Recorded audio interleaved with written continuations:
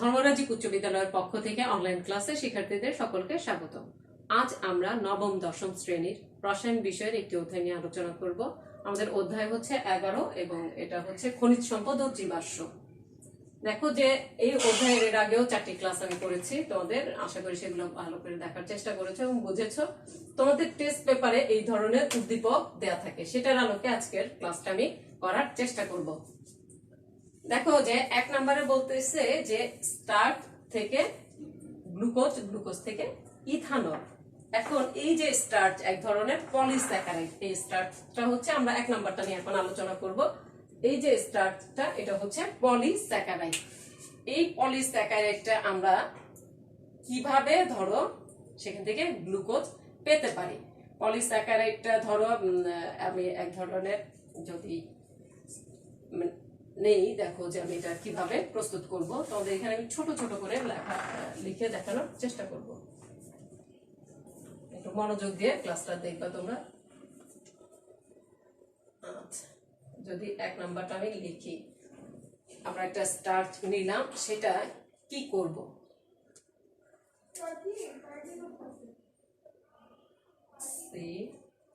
ধরো C6H10O5 এটি polysaccharide নিলাম এবং n সংখ্যক পানি এর সাথে যুক্ত করলাম এবং একটি এনজাইম, ডাইজেস্ট এনজাইম আমি এখানে দিলাম।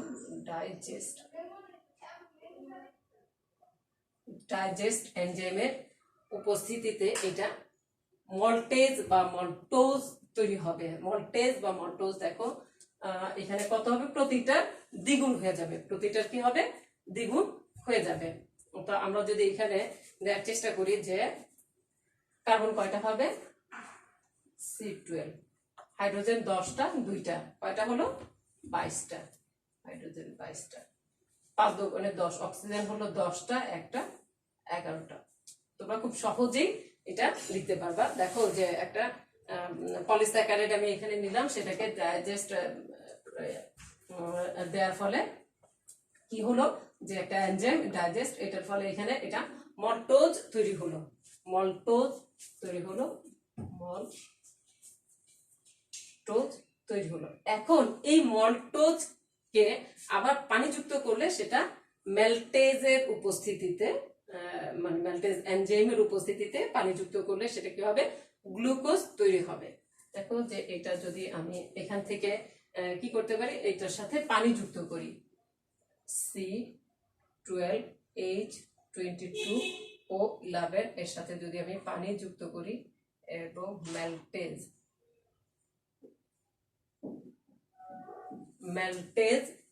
কি করলাম, মেল্টেজ এনজাইমের উপস্থিতিতে পানি যুক্ত করলে এখানে গ্লুকোজ তৈরি হবে, 2C6H12O6। দেখো C6H12O6 24, 2টা 22টা 24 ও 11, হ্যাঁ 12।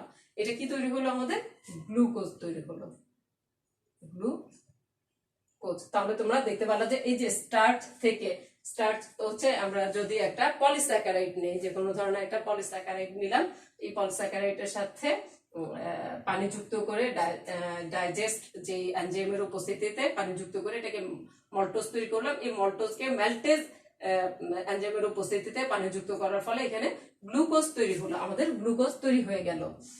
তোমাদের ফার্মেন্টেশন পদ্ধতিতে, এই তোমাদের বইয়ের মধ্যে আছে কিছুটা, যে ফার্মেন্টেশন করা, ফার্মেন্টেশন পদ্ধতি বা গাজন পদ্ধতি বলা হচ্ছে। দেখো যে এই যে গ্লুকোজ তৈরি হলো, এখন এই গ্লুকোজ থেকে আমাদের ইথানল তৈরি করতে হবে। ইথানলটা আমরা কিভাবে তৈরি করব, জাইমেজ যেই এনজাইম সেটার উপস্থিতিতে এই গ্লুকোজটা আমাদের ইথানল তৈরি করবে। কিভাবে, দেখো এই যে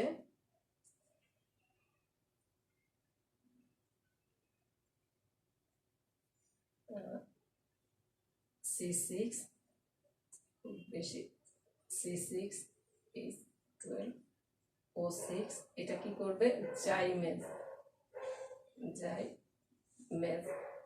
এনজাইমের উপস্থিতিতে 2CH3CH2OH একটা ইথানল তৈরি করব।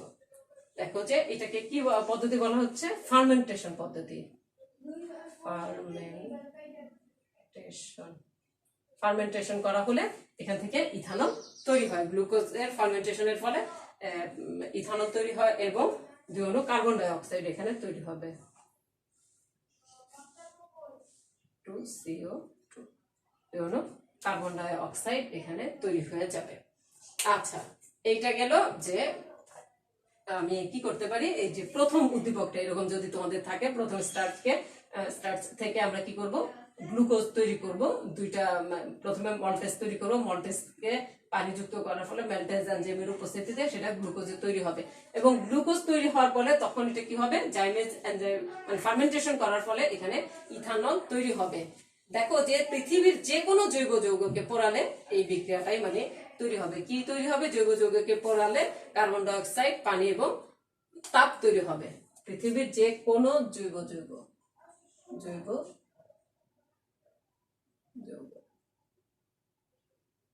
যৌগকে পোড়ালে কি তৈরি হয়, কার্বন ডাই অক্সাইড, পানি এবং তাপ উৎপন্ন হবে।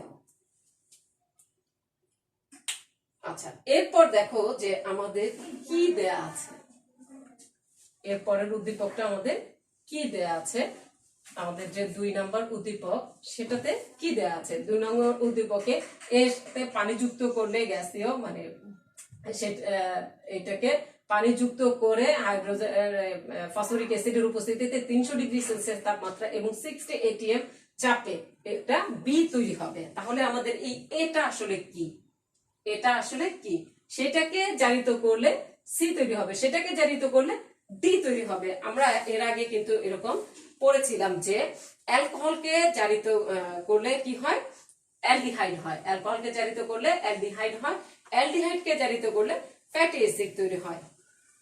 অ্যালকোহলকে জারিত করলে অ্যালডিহাইড হয়, অ্যালডিহাইডকে জারিত করলে ফ্যাটি অ্যাসিড তৈরি হয়। তাহলে এই অ্যালকোহলটা হচ্ছে বি, অ্যালকোহলকে জারিত করলে অ্যালডিহাইড হয়, অ্যালডিহাইডকে জারিত করলে ফ্যাটি অ্যাসিড তৈরি হয়। তাহলে আমাদের এটা কি হতে পারে, আমাদের এটা কি হবে, আমাদের এটা বের করতে হবে। এটা বের করতে হইলে আমাদের কি করতে হবে, তাহলে খুব সহজেই আমরা জানি যে যেহেতু এখানে ফসফরিক অ্যাসিড এবং উচ্চ তাপ চাপ আছে, তা এটা হচ্ছে কোন অসম্পৃক্ত যৌগ এবং সেটা যদি আমরা ধরো অ্যালকিন, কোন অ্যালকিনের যৌগ নেই, ইথিন নেই, ধরো ইথিন নিলে সেটাকে পানি যুক্ত করলে আমাদের ফসফরিক অ্যাসিডের উপস্থিতিতে, ধরো 2 নাম্বারটা আমরা যদি ইথিন নেই, এ হচ্ছে আমাদের ethene, CH2 double bond CH2, আমাদের পেছন থেকে আসতে হবে, পেছন থেকে 2 বার জারণ দিছে, এটা ফ্যাটি অ্যাসিড, এটা অ্যালডিহাইড, এটা অ্যালকোহল। অ্যালকোহলটা আমরা কিভাবে পাবো, এইটাকে দেখো যে যদি এখানে কি বলা হয়েছে যে পানি যুক্ত করলে, পানি যুক্ত করে কি করব আমরা, H3PO4 এবং 30 ডিগ্রি সেলসিয়াস এবং 60 atm। আচ্ছা, দেওয়ার ফলে আমাদের এখানে তৈরি হয়ে গেল, দেখো এটা ইথিন, ইথিন থেকে আমাদের ইথানল তৈরি হয়ে গেল, H2CH2OH, ইথানল তৈরি হয়ে গেল। তার মানে হচ্ছে এইটা এ মৌল, এটা এ এবং এটা বি, বি পেয়ে গেলাম। বি এর জারণের ফলে তৈরি হয় অ্যালডিহাইড। এটা আমরা এর আগের অনেকগুলা বিক্রিয়া থেকে শিখেছি যে বি থেকে আমরা পাবো কি, অ্যালডিহাইড। সি পেয়ে যাব, সি কে জারিত করলে আমরা ফ্যাটি অ্যাসিড পাবো। তাহলে এই যে বিটা আমাদের CH3CH2OH, এই বি কে জারিত করার ফলে আমরা কি পাচ্ছি, বি কে জারিত করার ফলে পাচ্ছি CH3CHO, আমরা সি পেয়ে গেলাম।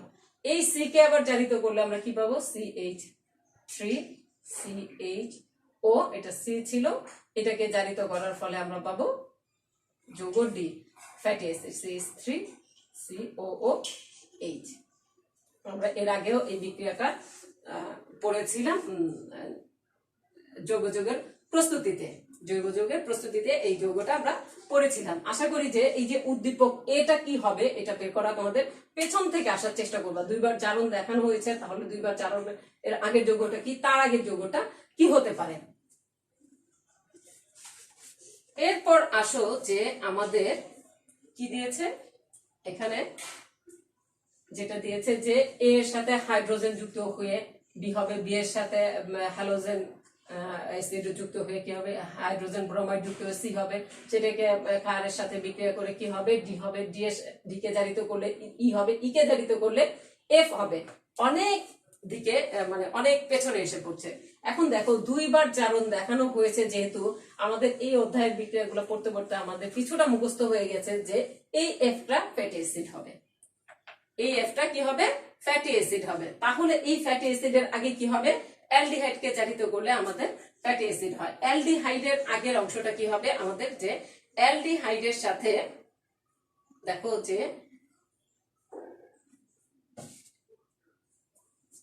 অ্যালডিহাইডের আগে কি হবে, অ্যালকোহল, অ্যালকোহলের সাথে অ্যালকোহলের জারণের ফলে অ্যালডিহাইড হয়, অ্যালডিহাইডের জারণের ফলে ফ্যাটি অ্যাসিড হয়। তাহলে এই যে এই মানে অ্যালকোহল, সেই অ্যালকোহলটা কিভাবে আসছে, সেটা আসছে সি থেকে। সিটা কি দেখো, যে আমরা যদি সিটা হচ্ছে যে কোনো মিথাইল হ্যালোজেন যুক্ত কোনো অ্যালকেন, হ্যালোজেন যুক্ত কোনো অ্যালকেন হবে আমাদের। এখন এই যে আমরা যে পেলাম, তাহলে আমরা কি পাইতে পারি, যে এটা যদি 2 কার্বন যুক্ত নেই তাহলে সিটা হচ্ছে হাইড্রোজেন ব্রোমাইড। এখন এই যে হাইড্রোজেন ব্রোমাইড, এই হাইড্রোজেন ব্রোমাইডটা মানে আমরা কিভাবে পেলাম, যে বিটা তাহলে আমাদের কি হতে পারে, হাইড্রোজেন ব্রোমাইড আমরা যুক্ত মানে হাইড্রোজেন ব্রোমাইড যে যৌগের সাথে যুক্ত করলাম, তার ফলে সেখানে একটা ব্রোমিন যুক্ত হয়ে গেল, এবং তাহলে সেখানে আমাদের ডাবল বন্ধন ছিল, ডাবল বন্ধন ছিল আমরা অনুমান করতে পারি। তাহলে বিটা কোনো অসম্পৃক্ত জৈব যৌগ হবে। এই অসম্পৃক্ত জৈব যৌগটা হাইড্রোজেনের সাথে মানে বিক্রিয়া করে অসম্পৃক্ত হয়েছে। তাহলে অসম্পৃক্ত জৈব যৌগটা অবশ্যই ডাবল বন্ড যুক্ত, তাহলে তার আগে হাইড্রোজেন যুক্ত হয়ে সেটা অসম্পৃক্ত হাইড্রোকার্বন। তার মানে তার আগে ছিল এটা, এই যৌগটা ছিল 3 কার্বন যুক্ত মানে 3 বন্ধন যুক্ত হাইড্রোকার্বন। যেমন ধরো যদি 3 বন্ধন যুক্ত হাইড্রোকার্বন হয়, আমরা এটা খুব ভালো করেই জানি যে এটার সাথে হাইড্রোজেন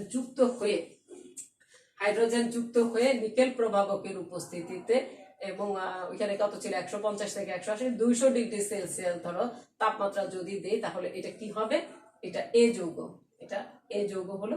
বি যৌগটা আমাদের আসবে হতেছে এখান থেকে CH ডাবল বন্ড CH2 যেটা হাইড্রোজেন যুক্ত হয়েছে, CH2 একটা বন্ধন ভেঙে গেছে।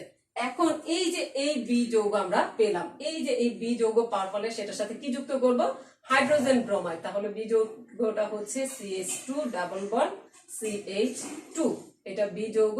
এর সাথে যদি হাইড্রোজেন ব্রোমাইড দেই আমরা, তাহলে সি যৌগটা পেয়ে যাব। সি যৌগটা পেতে হলে তাহলে CH3 CH2 Br, এই যৌগটা আমরা সি পেয়ে গেলাম। এই যে সি এর সাথে সোডিয়াম হাইড্রোক্সাইড যুক্ত করলে আমরা কি পাবো, অ্যালকোহল পাবো। এই সি হচ্ছে CH3 CH2 Br, এর সাথে সোডিয়াম হাইড্রোক্সাইড যুক্ত হয়ে হবে CH3 CH2OH এবং সোডিয়াম ব্রোমাইড NaBr। তাহলে এটা সি ছিল, সি থেকে আমরা ডি পেয়ে গেলাম। এইটাকে এখন এই ডি থেকে আমরা কি পেতে পারি, CH3 CH2OH। এই যে এই ডি এর সাথে এটাকে জারণ করলে পটাশিয়াম ডাইক্রোমেট দ্বারা জারণ করে C2K2O7 দ্বারা H2SO4, এটা দ্বারা জারণ করলে আমরা কি পাবো, অ্যালডিহাইড CH3CHO। এই যে অ্যালডিহাইড, এটা কি পেলাম, ই। এই ই থেকে আমরা এফ এ যাব কিভাবে, এইখানে যদি এটাকে জারণ করি পটাশিয়াম ডাইক্রোমেট Cr2O7 এবং H2SO4, তাহলে আমরা কি পাবো, CH3COOH, এই যে ফ্যাটি অ্যাসিড এফ পেয়ে গেলাম আমরা। আশা করি শিক্ষার্থীরা তোমরা এই যে ধাপগুলা বুঝতে পারবা। এটার সাথে এটার খুব মিল আছে। এটার একটা পরের অংশ এই বি থেকে এখানে এ, এটা বি, এভাবে আস্তে আস্তে এটা দেখো এফ পর্যন্ত। তাহলে আমরা বলতে পারবো যে এটা পেছন থেকে যাওয়ার চেষ্টা করবা, পেছন থেকে গেলে যে কোনটার জারণের ফলে এই সোডিয়াম হাইড্রোক্সাইড দিছে, তাহলে এটাকে জারণ করলে ই হবে, এটাকে জারণ করলে তার আমরা কি জানি যে অ্যালকোহলকে জারণ করলে অ্যালডিহাইড হয়, তা অ্যালডিহাইডকে জারণ করলে ফ্যাটি অ্যাসিড হয়। তাহলে অ্যালকোহলের আগের যৌগটা কি ছিল আমরা সহজেই বের করতে পারবো, তার আগের যৌগটা কি ছিল, তার আগের যৌগটা কি ছিল, এইভাবে আমাদের এটা বের করতে পারবো আমরা। এখন দেখো যে পরের উদ্দীপকে যেটা আমাদের বলছে যে পরের উদ্দীপকটা আমাদের কি আছে, তোমাদের টেস্ট পেপারের মধ্যে দেখবা যে এরকম উদ্দীপক দেওয়া থাকে। 3 নম্বর উদ্দীপকটা নিয়ে যদি আমরা আলোচনা করি, এই যে এটা নিয়ে আমরা যদি 3 নম্বরটা গেল, 4 নম্বরটা নিয়ে আমরা যদি আলোচনা করি, এখানে এ দিয়ে দিয়েছে অ্যালকিন, তারপরে এটা হচ্ছে ফ্যাটি অ্যাসিড। যে আমরা কিভাবে যেতে পারি 1 থেকে 2 এ যেতে পারি, তারপরে ধরো 1 2 3, তারপরে এইখান থেকে এখানে যেতে পারি, এখান থেকে এখানে যেতে পারি, এখান থেকে সরাসরি এখানে যেতে পারি। তাহলে এখানে আমরা যদি প্রথমটা দেই যে আমরা কিভাবে এখানে যেতে পারি, ফ্যাটি অ্যাসিডে যেতে পারি। প্রথম যৌগ অ্যালকেন থেকে ফ্যাটি অ্যাসিডে যদি যেতে চাই, আমরা প্রথমে কি করব যে 1 নম্বরে এখান থেকে এখানে যেতে হলে অ্যালকেন আমরা যদি CH3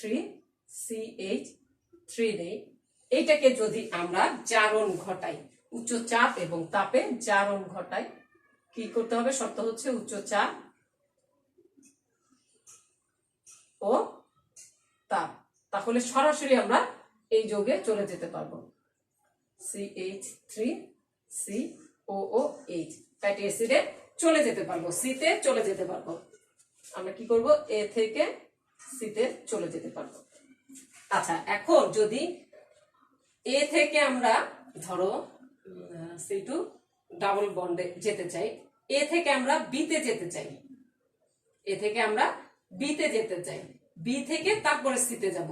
তাহলে এ থেকে বি তে যেতে হলে আমাদের কি করতে হবে, এ থেকে আমরা কিংবা বি থেকে সি তে যেতে হলে কি করতে হবে, বি যৌগটা দেখো CnH2n, মানে এটা অসম্পৃক্ত হাইড্রোকার্বন, এটা হচ্ছে অ্যালকিন। তাহলে আমরা যদি অ্যালকিনের একটা যৌগ নেই, পরের বিক্রিয়াটা যদি আমি দেখাই যে অ্যালকিনের একটা যৌগ নেই CH2 ডাবল বন্ড CH2, এখান থেকে আমরা কিভাবে ফ্যাটি অ্যাসিডে যেতে পারি। এটার সাথে দেখো যে যদি আমরা পানি যুক্ত করি, পানি যুক্ত করলে কি হয় আমাদের, H2O ফসফরিক অ্যাসিড H3PO4, এই PO4 দিলাম এবং 60 atm এবং 300 ডিগ্রি সেলসিয়াস তাপমাত্রা নিলে এটা কি তৈরি হবে, আমাদের অ্যালকোহল তৈরি হবে। অ্যালকোহল তৈরি হবে CH3CH2OH, অ্যালকোহল তৈরি হয়ে গেল। অ্যালকোহলকে জারিত করলে অ্যালডিহাইড হবে, অ্যালডিহাইডকে জারিত করলে এই ফ্যাটি অ্যাসিড তৈরি হবে। এখন অ্যালকোহলকে আমরা জারিত করি, এখান থেকে যদি আমরা CH3CH2OH এটাকে যদি আমরা জারিত করি, তাহলে হবে CH3CHO, এটাকে যদি জারিত করি CH3CHO, এটাকে জারিত করলে আমাদের ফ্যাটি অ্যাসিড তৈরি হয়ে যাবে CH3COOH, মানে 2টা কার্বন, 4টা হাইড্রোজেন, 2টা অক্সিজেন, আমাদের সি তৈরি হয়ে গেল। কোথেকে আসলাম আমরা, বি থেকে সিতে চলে গেলাম, বি থেকে সিতে চলে গেলাম। এখন যদি আমরা ধরো এই যে সি থেকে এতে যেতে চাই, সেটাও সম্ভব, ঠিক না বলো, আবার সি থেকে বিতে যাওয়াও সম্ভব, ফ্যাটি অ্যাসিড থেকে আমাদের এই বিতে যাওয়াও সম্ভব। এখানে দেখো যে 5 নাম্বারটা কি বলছে, C2H4O2, এই যে C2H4O2 মানে এটা ফ্যাটি অ্যাসিড, এইটা, এবং এটা কোনটা, এই বি, এবং এটা কোনটা, এইটা। তাহলে আমরা কি এই ফ্যাটি অ্যাসিড থেকে অ্যালকিনে যেতে পারবো, অ্যালকিন থেকে আবার কি করতে পারবো, অ্যালকেনে যেতে পারবো। এইটাকেই আবার ঘুরে এভাবে দেয়া হয়েছে 5 নাম্বার উদ্দীপকটা। আশা করি শিক্ষার্থীরা তোমাদের টেস্ট পেপারে যে এই ধরনের উদ্দীপক আছে সেগুলোর বিক্রিয়াগুলো এবার ভেঙে ভেঙে যদি তোমরা শিখো, তাহলে তোমাদের কাছে এই অধ্যায়ের বিক্রিয়া মোটেই কঠিন লাগবে না এবং এই উদ্দীপকগুলো দেখে তোমরা ভয় পাবা না। সকলকে ধন্যবাদ।